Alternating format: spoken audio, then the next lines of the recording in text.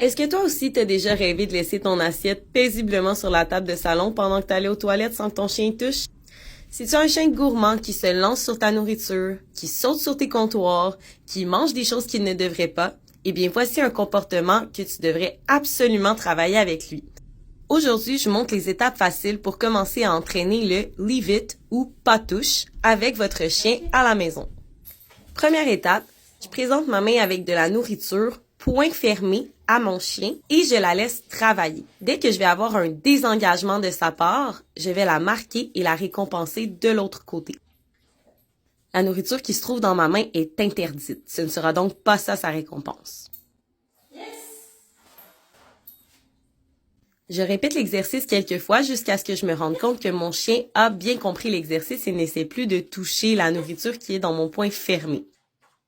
Étape 2, je présente ma main ouverte. Si mon chien tente de prendre la nourriture comme ça a été le cas pour Mocha, je la referme et la rouvre par la suite.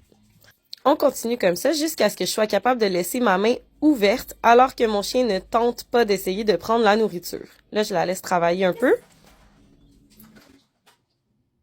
Quand mon chien a bien compris cette étape, ça va être le temps d'intégrer la commande verbale. Leave it. Il est inutile de répéter un mot que le chien ne comprend pas encore. Les chiens ne parlent pas notre langage et si on lui répète continuellement un mot qu'il ne connaît pas encore, on risque de le rendre confus ou on risque de faire en sorte que le chien vienne à ignorer la commande parce qu'on va la répéter tellement de fois qu'elle ne voudrait plus rien dire pour notre chien.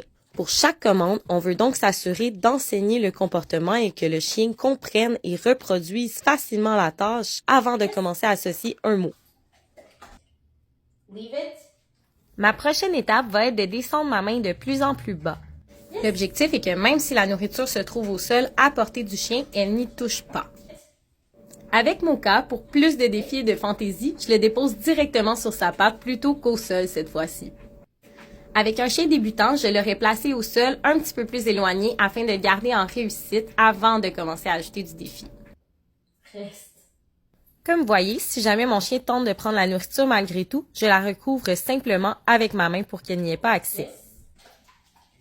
Lorsque le chien saura facilement performer l'exercice, on pourra l'utiliser dans divers contextes. On pourra pratiquer le même exercice avec de la nourriture de plus haute valeur, des objets interdits, tel un vieux Kleenex qui traîne au sol. Je m'en sers même pendant la marche pour détourner l'attention de mon chien vis-à-vis un chien qui s'en vient. Sur ce, on vous laisse pratiquer à la maison.